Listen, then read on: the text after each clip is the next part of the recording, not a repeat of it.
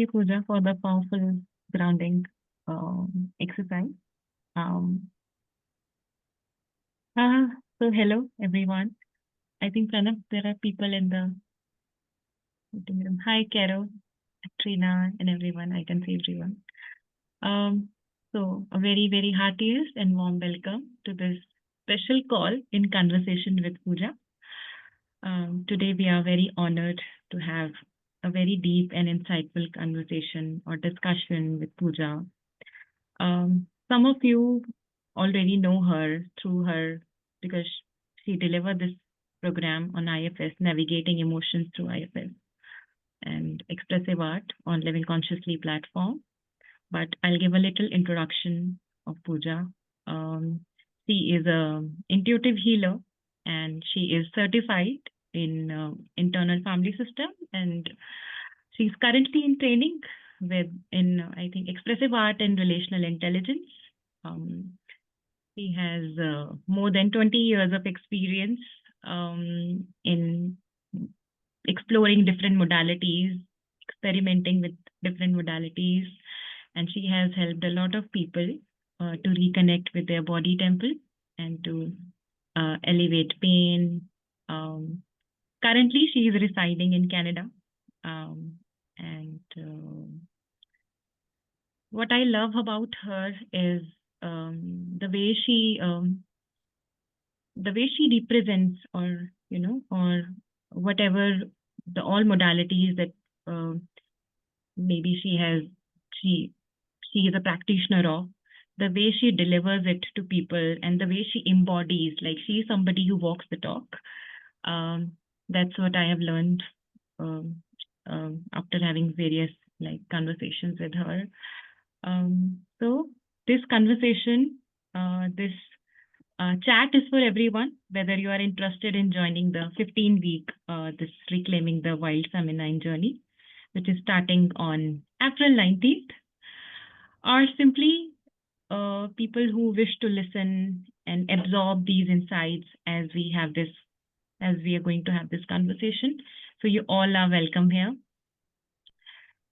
So here's how today's session will flow. Firstly, we'll have a one-on-one conversation with Pooja, where we'll explore the inspiration behind this course, the healing modalities involved, and the profound transformation it offers. After that, we'll open the space for your questions and your reflections. So settle in and enjoy this very enriching and powerful dialogue and conversation. So I very warmly welcome you, Pooja, to this space. Thank you, and thank you for the sweet introduction. Thank you, Pooja. Okay, so I'll start with my first question, which is your inspiration behind this coming up with a program like this. Like, what inspired you to create this course, or was it from your own experiences, uh, the book Women Who Run with the Wolves, or something else um, that inspired you to come up with a course like this? Actually, all of it. I was born in a Hindu family and I grew up listening to the stories from Hindu mythology. There's so many gods and goddesses and demons and their stories and how they suggest that we live our lives, what is virtuous and good to do and what is not. I was also deeply interested in Advaita Vedanta, which is non-dual philosophy, which says that essential nature, the soul, is the same as absolute Atman and Brahman is one. And also Buddhist teachings and philosophy and meditation, which is all about the root of suffering and the way to come out of it. My quest for the ultimate turned into the quest for healing because I understood that we need to cleanse our lens of perception so I can see things clearly as they are. I can see the truth of who or what I am. This book came to me at a point when I was finding great value in IFS lens and finding my way into mapping my own internal system and learning ways to integrate it. I'm not trained in Jungian psychology, but it resonated with me since I have a lot of transpersonal parts like ancestral, cultural, social, mythic, spiritual, and intuitive. Not of my personal lived experience. Actually, we all of us have these parts. Mine were just very much on the surface. And when we do IFS, we never come across a single part. Like there is usually a cluster of parts, a constellation of parts, and they have some kind of story going on amongst themselves. For example, there could be a part which is feeling disconnected and disengaged from work or life, and it is procrastinating. Maybe there is another part who wants to keep playing the good girl, good boy, and another part holding back your instincts because it is not safe to express myself, and is also very playful and wise and perceptive at the same time. When we listen to a story which is archetypal like these are stories from all over the world.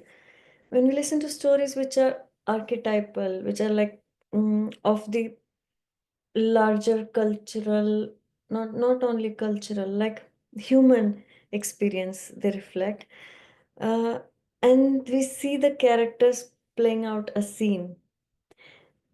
And when we say archetypal, means those characters are actually parts of our own psyche. And we also listen to the story, what happens next, how the story turns out, what was the right thing to do or not. Basically, the parts that get stuck in the loop get to see it playing out, and they see if the end is good or not, is if ends well, is the happy, or if it doesn't well end, it is sad.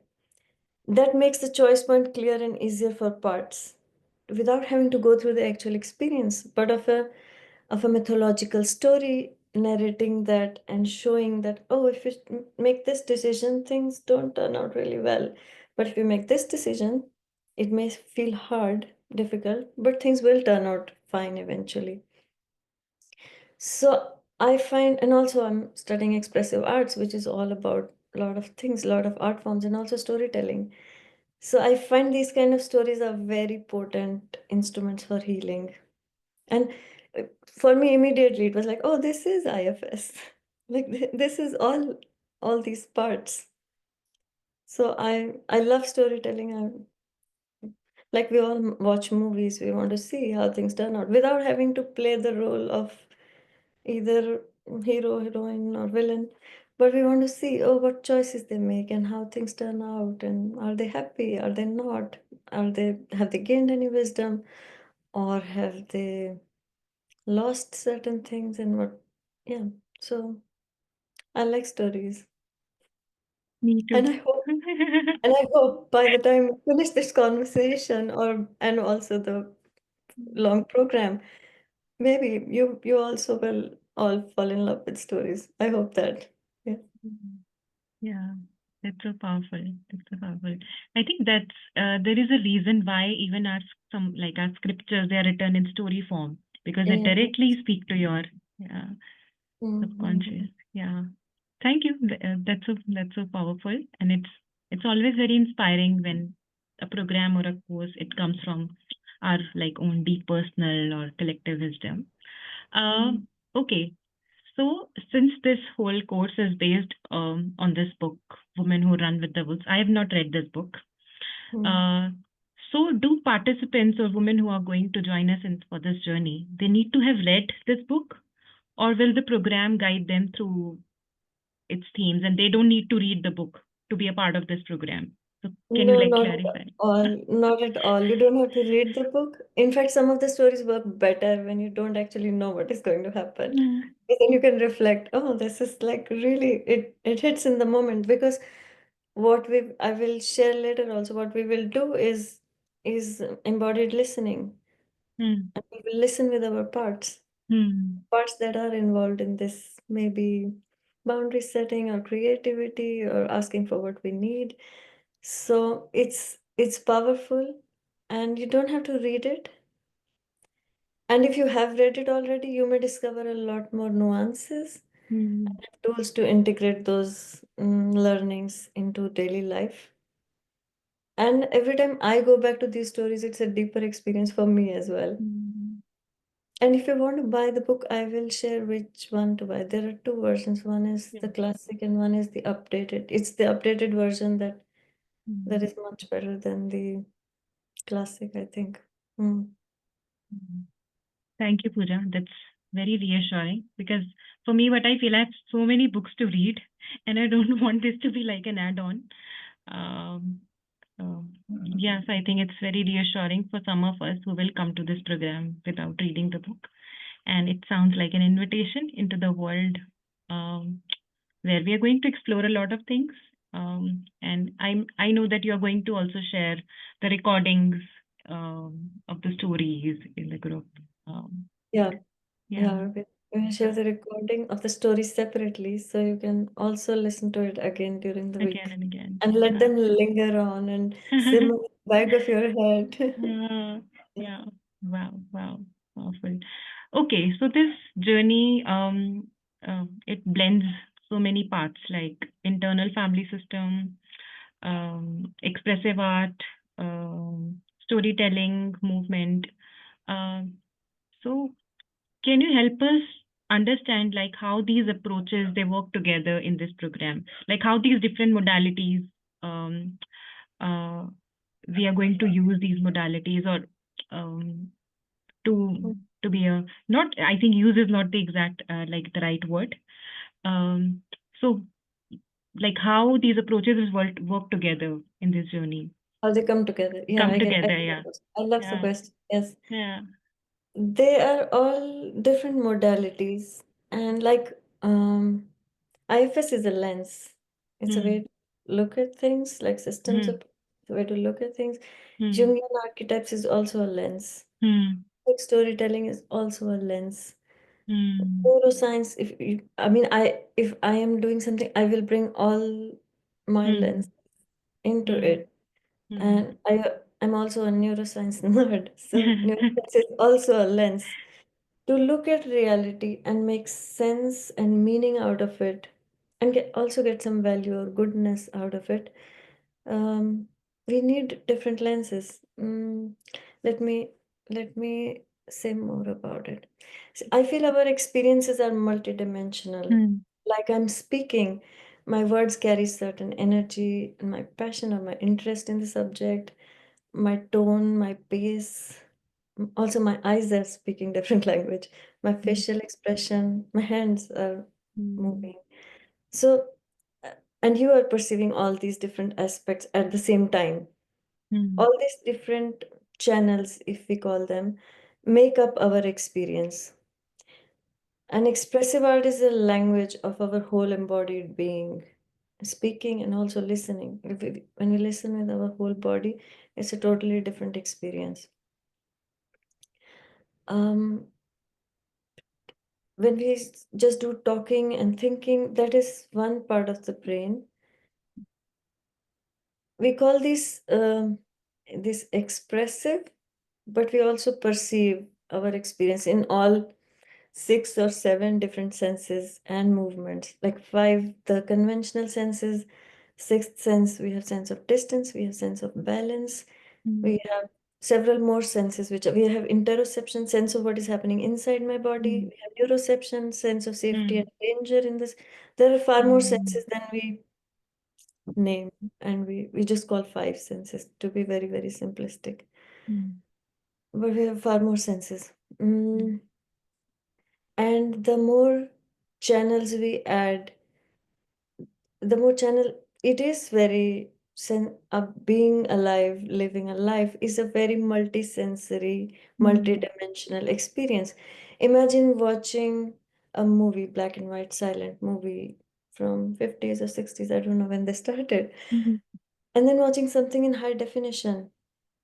What a different Yeah. experience. Imagine listening to some instrumental music and then listening to a song laced with that music. Hmm. So when you add a dimension to something, the experience becomes richer. And art is a natural expression of our multidimensional self. We move, and why do we want to heal ourselves? Why do we want to feel better? So we can dance with life, so we can let our heart sing.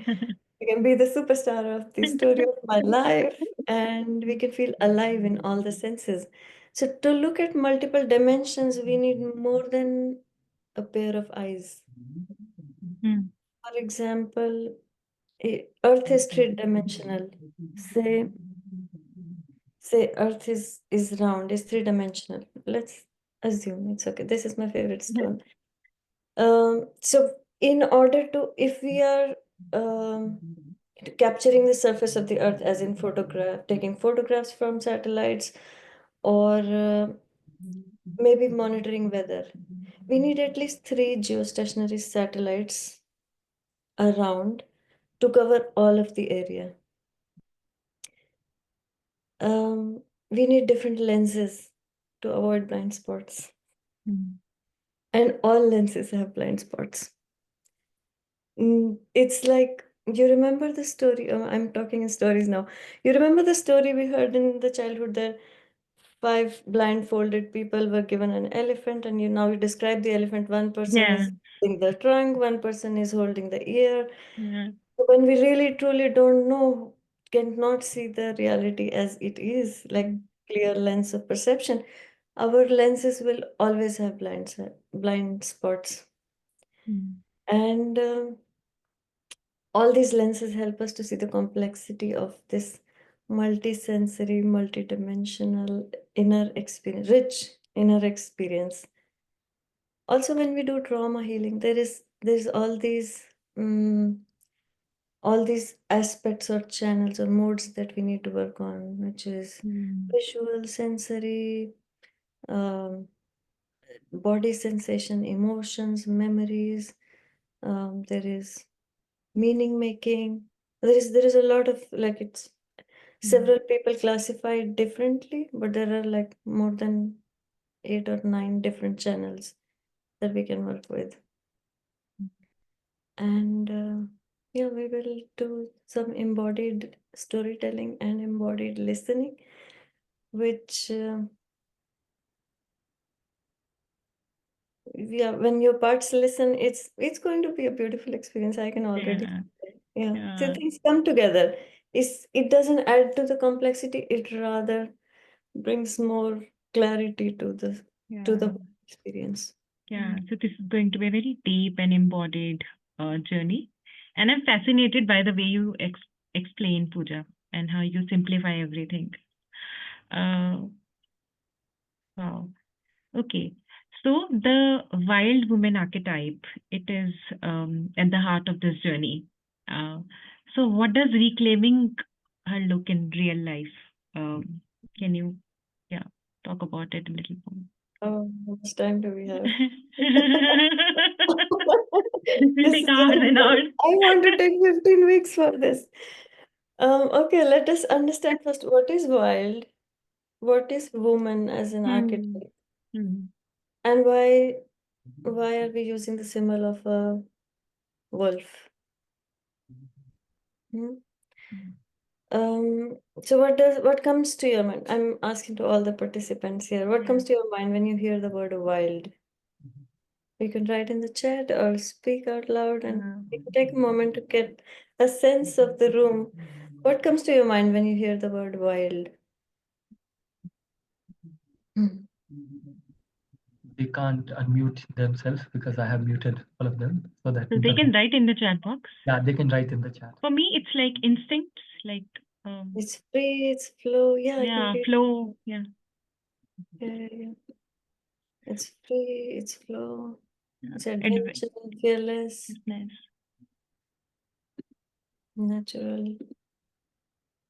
Natural. Hmm.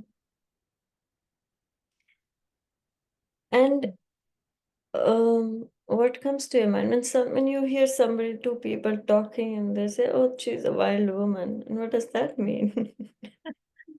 Unrestrained, yes. And sometimes even people think it's uncontrolled, uncivilized, unstable, or chaotic. true self, yes, very much playful, uninhibited, or even unkept. Somebody is like disheveled and oh, she's what wild thing to be. And also something that maybe that needs to be controlled, animal-like or primitive, unfettered. Oh, I love that word, unfettered. Yeah. And when we talk about females and feminine qualities, what are feminine qualities that come to your mind? Well, it doesn't really belong to one place. Yeah, that's quite possible. Wild. Okay, let's move to feminine or the woman archetype. What comes to your mind when we're talking about women in general in our culture or in conversations? Like women are empathic, caring, compassionate. Share some words, whatever comes to your mind. Nourishing,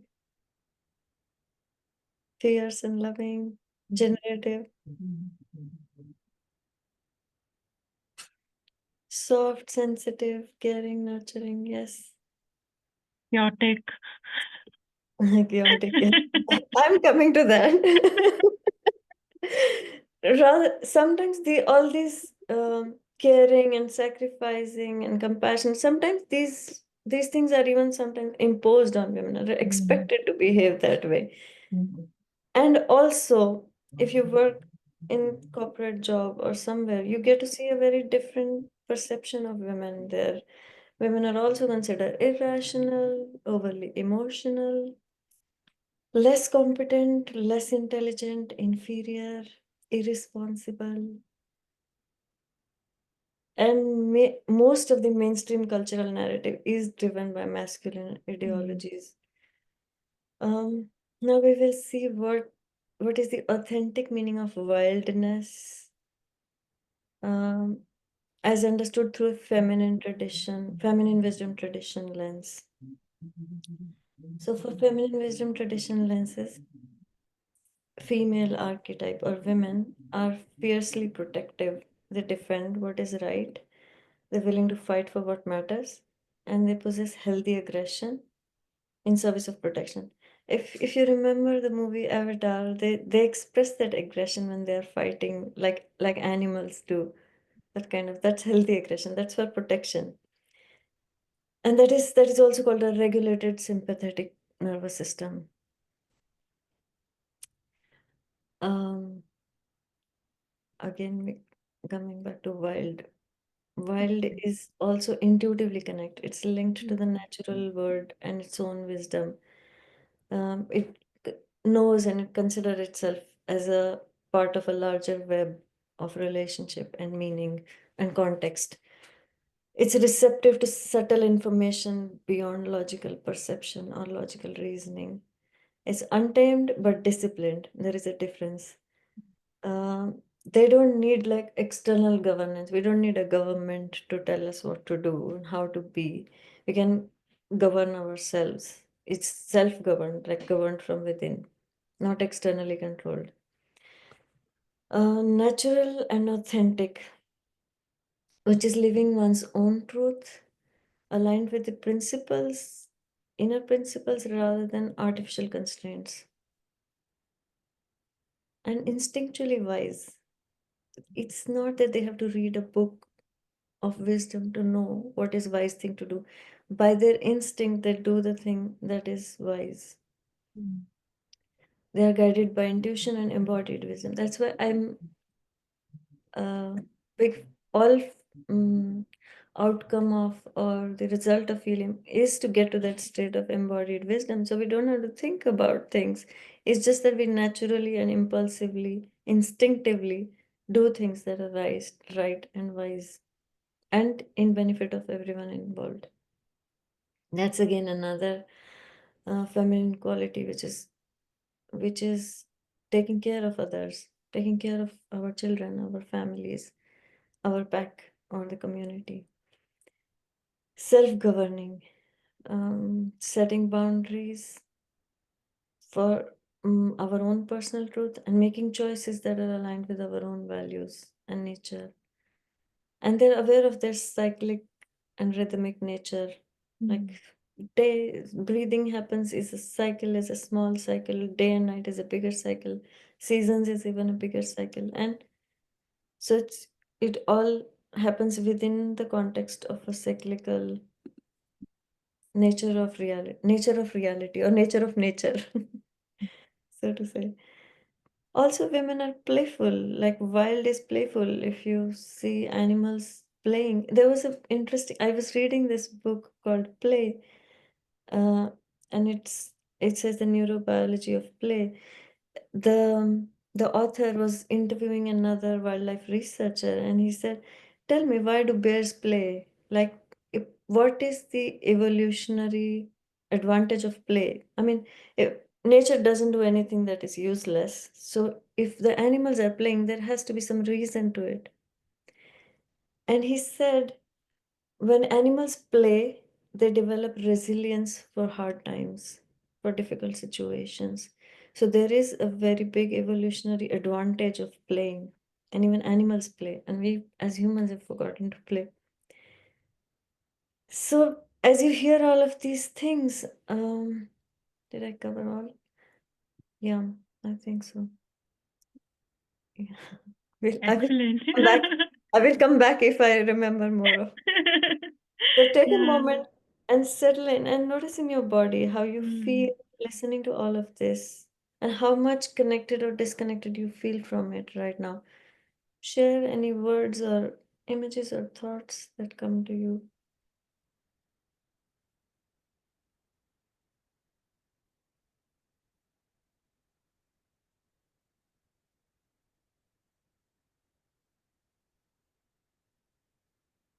That's okay. It could be your personal reflection. It's a lot. It's a lot. And what we are living and how we're supposed to live is very different. It's very domesticated and thinly sliced, compartmentalized life. 9 to 5 work, cook food, eat food, take care of kids, go to schools, PTM, and like it's very compartmentalized life that we live in. It's very far from wild. Mm. Let's look at the symbol of wolf here. Wolves are natural instinct and they have very strong intuitive sense. They have acute developed senses. They represent connection to deep intuitive knowing. And that as a woman we forget and we get disconnected from because of socialization, or I rather like to call it domestication. Women are very pack oriented. They take care, they're very deeply loyal to their community, they take care of each other and they live in that huddle and take care of each other. Um, they have been highly misunderstood and persecuted because of their wild nature. Wolves, like women, have been highly misunderstood and persecuted in history. They've been feared and they've been hunted and almost eliminated. Um, Similar to how women have been treated historically, like demonized, or if they were powerful, they were called witches and they were Yeah. burned on stakes. Mm. So it's been that same parallel that we draw from the symbol of wolf, that they've been misunderstood and persecuted. Wolves are also resilient and adaptive. Um, yeah, again, because they stay true to their instinctive nature and they play, so they remain resilient and adaptable. And that's how what we will also learn how to stay genuinely, truly connected to our own nature and stay resilient and adaptable. Wolves communicate beyond words. They have their own howls and body language and subtle cues that they communicate, which goes beyond rational language, or even scientists are not able to understand how does this wolf communicate this thing to the other wolf. How do they know without any audible or visible cue or sign? Like even dolphins and whales have very good, strong intuitive connections. and scientists don't know. So now they agree that, oh, there is something, maybe something called intuitive connection, communication also. Wolves are also fiercely protective of their, I'm sorry, and they're also fiercely protective of their freedom and their sovereignty. So they know they cannot survive in, sorry, they know they cannot survive if they are ruled or governed by some, they just don't.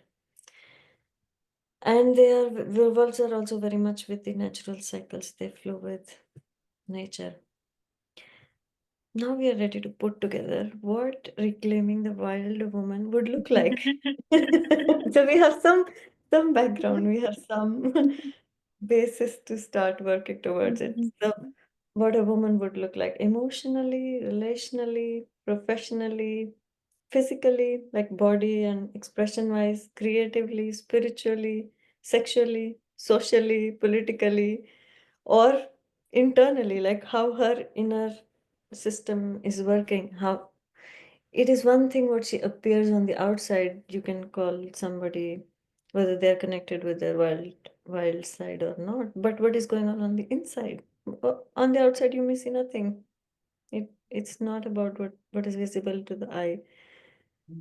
And this journey of reclamation um, will always beckon to women, because this feminine principle, this energy is always, no matter how much oppression is there in environment or in our social structures, they still have, and that's why we're calling it reclaiming, because it's not becoming somebody new, it's returning to who you have always been before the world told you who you should be or who you could be.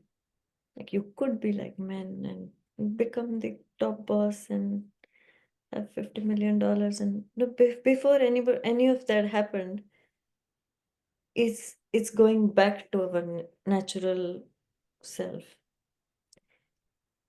So we can go into exploring each of these states, how that would look. Would you want that in detail, or we can come back to it later if we have time? We can go into each, like first example. Yeah. I will just touch on a few and then we can Yeah. decide if we want to Sure. go. Like emotionally, even when a wild woman would feel fully without any apology or without any shame, allowing rage, grief, and joy and all the emotions to pass through her, to no longer dampen emotions in order to make people around us feel comfortable, to recognize emotions as vital energy and not weakness. This is not weakness, this is our natural guidance system.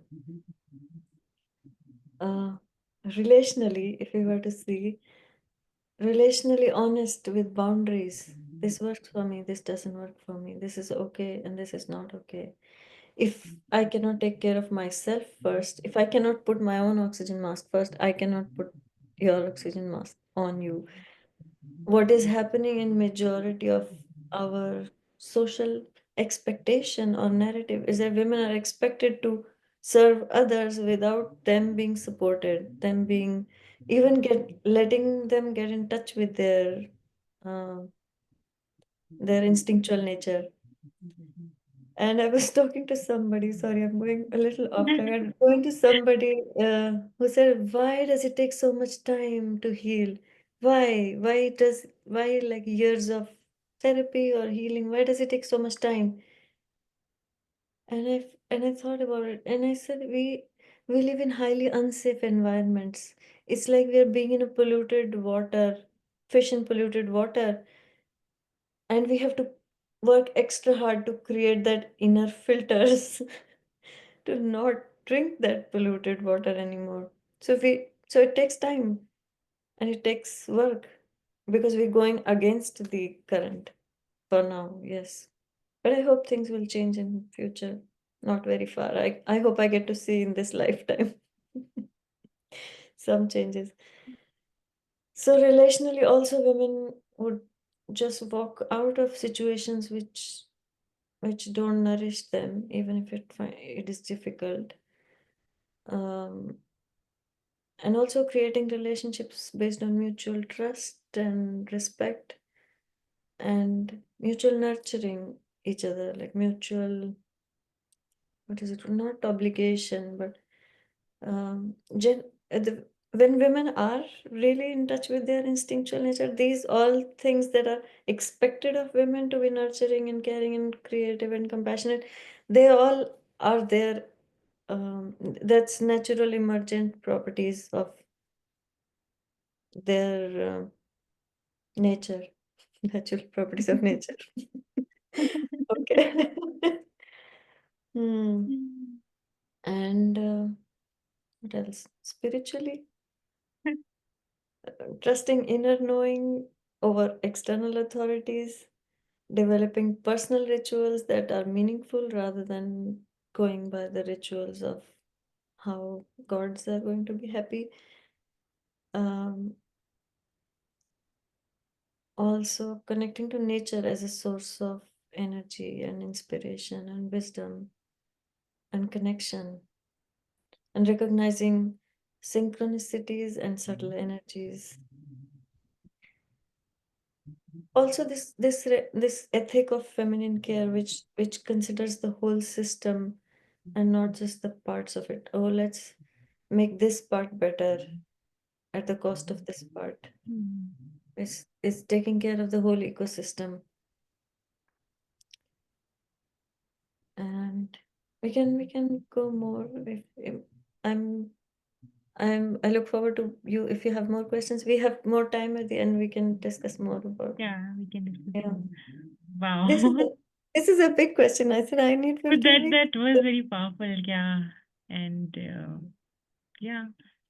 She chooses her own path, and even if it is unconventional, even if it is hard, or and because she's supported by the pack, she has a community of friends who are fiercely with her in her journey. I could so connect with what you were saying, sharing, Pooja. I think I'm, I feel like I'm stepping into this um, this aspect of mine, and I feel that my inner world that it is revealing itself to me every day, where I feel that I'm allowing myself uh, to express myself unapologetically and moving beyond the way I've been conditioned as a woman, and when I'm unlayering so many aspects, and I feel like I'm discovering myself every day. So I was paying attention to my body, and I felt this expansion while listening to you. Uh, yeah. So thank you for sharing. We have a question from Caro. She's writing, how will expressive arts fit into these weeks? Yeah. Thank Expressive you, art Caro. for processing what comes up and for making choices, making decisions, and uh, letting the learnings be integrated somatically rather than we trying to remember the story. How do I make something and put it on my wall? I always keep putting things on my wall when I make art with something. So it is in my visual periphery for a while, even if I'm not thinking about it or looking at it directly. It is still influencing and affecting and getting into my system like a yeah, like a reminder, constant reminder. And also when we move around with things, we visualize, we listen to it, and when we're listening to a story, it's nighttime and there is crickets in the background, or there's fire, or there is river flowing at the side. It's a multidimensional experience, and that settles in, and we do remember stories. The good stories stay with us. So as an aid to processing, yes, and integrating. Mm. Mhm. Thank you, Pooja. I think we can open the floor for Q&A now because we have Ruchi raising hand. I think we can do that now. Mhm. Yeah. And I Ruchi. also want to say that stories are for recognition, for connection of that symbolic dots, and we process them in the group. We process them together. We process using somatic exercises and these art techniques and art tools. Okay, can we? Okay. Yeah. Sure. Maybe Ruchi raised her hand. Ruchi? Yeah. Yes. Thank you. Firstly, I want to say, Pooja, I love you. I mean, your words were like, okay. I just felt I'm in the process of already. So many things, especially when you talked about the what feminine is from what has been your experience and how, opening it up beyond the stereotypes and what we hear. It was like healing. So thank you so much for that. And so my question was, I mean, this is curiosity, that would you also be looking at myths from the region, from different regions, or stories from that has been my personal quest as well, to try and see what stories and what new myths have to be created. And what new stories have to be built in. But so just curiosity. Yeah. We will be looking at, and thank you for asking that question, because if we look at stories from our mythology, even Hindu mythology, there are so many stories that are somehow very connected to all of this, and we grew up listening to those stories. Sometimes we listen to a story like a story, and sometimes we listen to a story like it's happening inside me, and this is how my parts are functioning. When we create our own stories, means we redefine who we are and how we want to live in this world. And that's the call of rewilding, like reclaiming that wild. So yeah, so we write our own stories. Thank you. Thank you. Yeah. This is a mythic journey in a way, archetypal and also deeply personal at the same time. And as we let ourselves linger on the stories through the week, we may recognize some of the stories in our own lives, existing stories that connect to it, and how our parts will process it and make choice points or decisions, or choices or decisions that will create our own new stories and new narratives. And you may see more correlation with other stories, like for a wild woman, or how we call divine feminine, or there's several words or tags for it. But if you for Indian people, I mean, I can go more into the story in the program, but there is a story of Savitri and Satyavan. And Savitri, she did not fight. Her husband is dying, and the Lord of Death is here. Yamaraj is here to take Satyavan, and she doesn't have to fight with Yama, the Lord of Death, to let him let her husband live, but she just wins him over with her wit and wisdom. And that's a powerful story of a wild woman. She's so instinctual, so tuned in, so wise, that she could even defeat the Lord of Death by her sheer wit and wisdom. So we start seeing those interconnections, and then that all mythologies essentially have similar stories. Yes.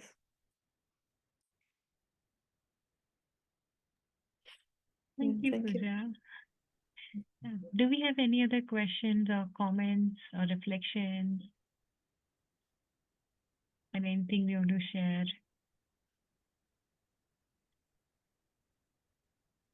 I just want to double check. This doesn't clash. The timing of this doesn't clash with Marielle's course, does it? Okay, great. Thanks.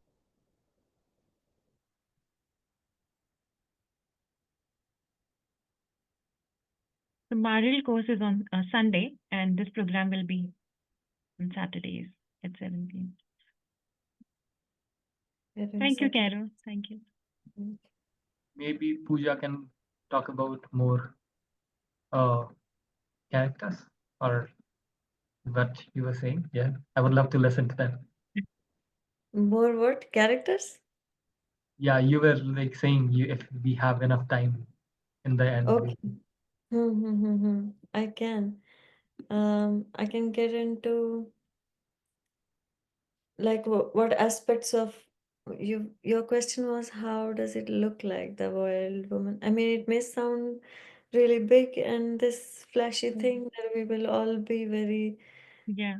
instinctual and embodied and spiritually evolved. I also want to say that the healing takes time and it's a long journey because we are in the polluted water and we are fabricating our own inner filters.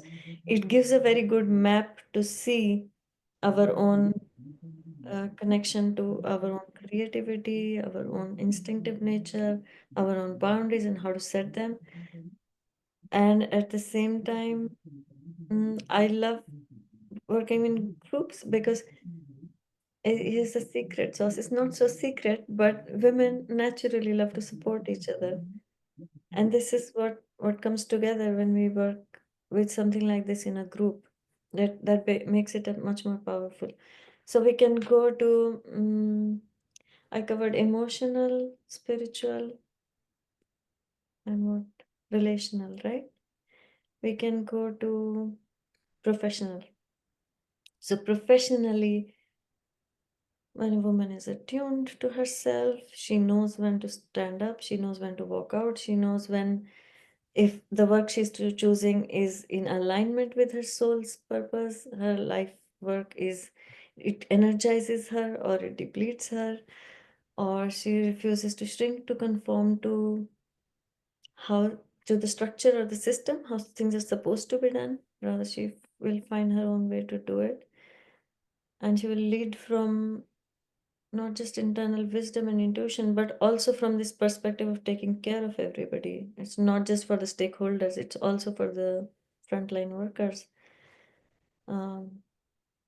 Also creating unconventional paths to honor unique gifts of everyone.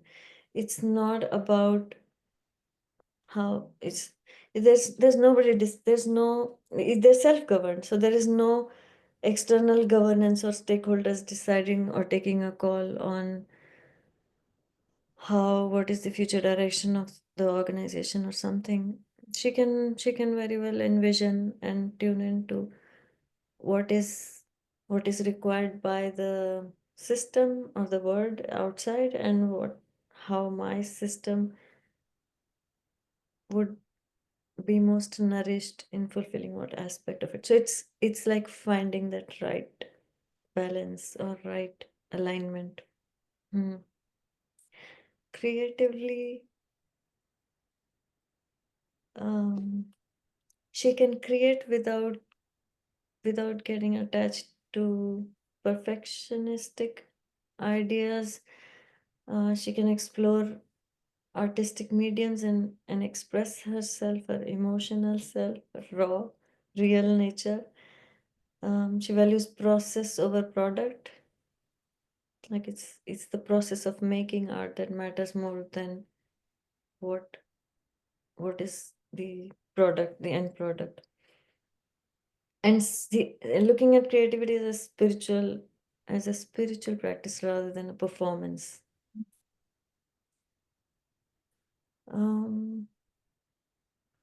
Around sexuality and intimacy, how she defines her pleasure, how she moves with consent, and releasing shame around her own desires and needs, and choosing vulnerability as strength. Experiencing this union as a sacred and powerful life force rather than something else.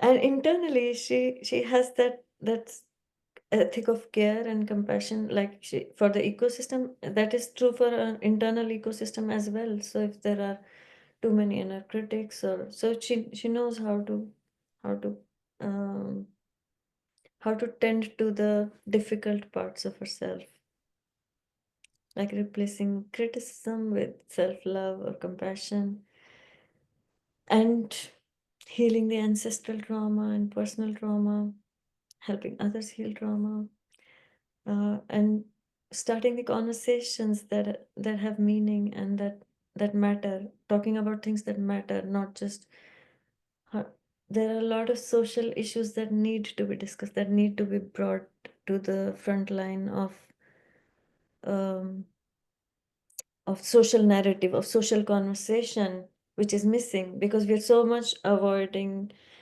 the some issues which are like really up close to our nose, like climate change, politics, and what is happening in the world.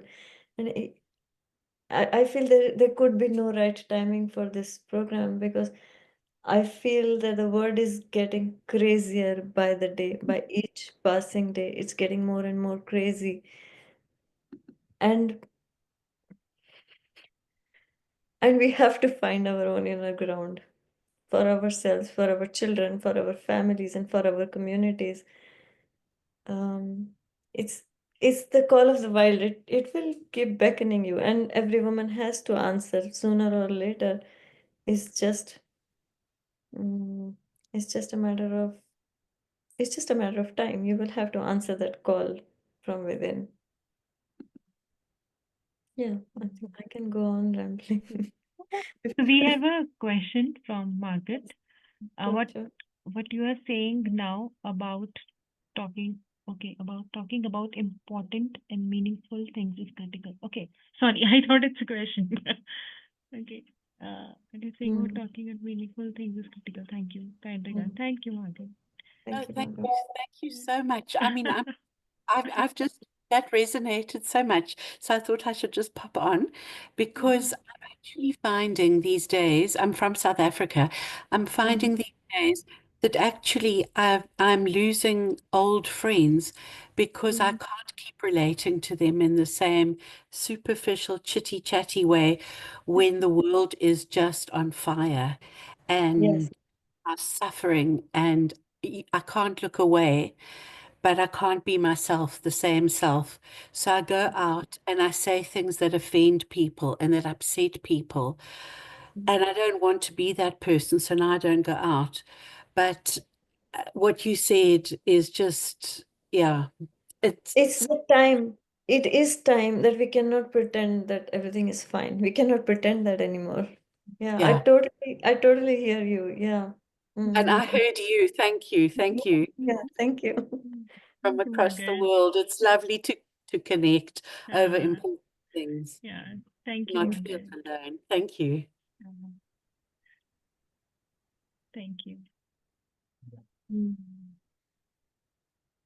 Okay. So if nobody has any other questions, uh,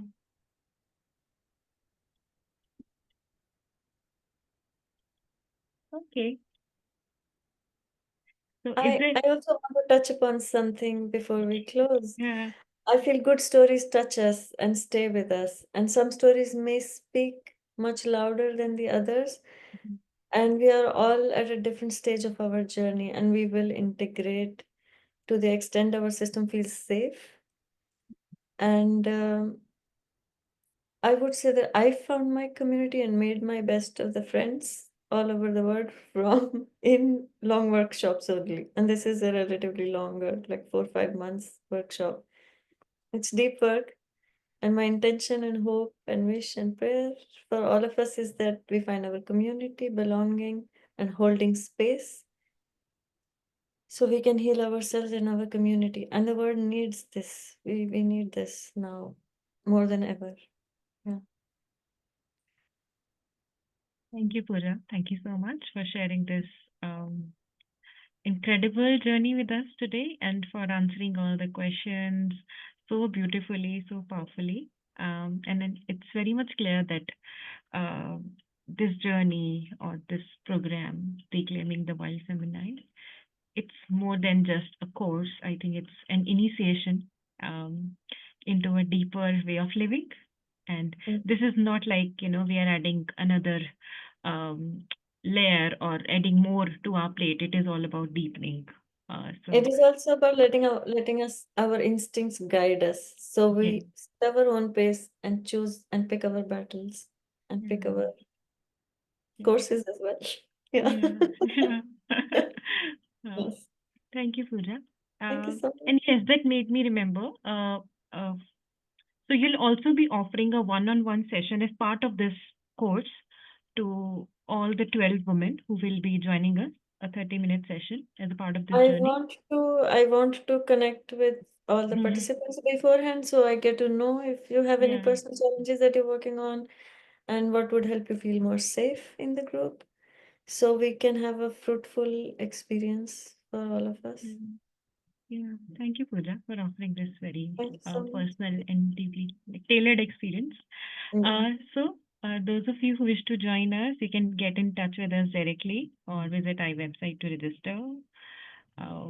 Yes, so this is going to be a very powerful space where you will be provided a community of women where we'll connect with each other and we'll go through this journey together. So I hope to see some of you there in this journey with us. And thank you for joining us. And thank you so much, Pooja, for this Yeah, wonderful thank you so much. conversation.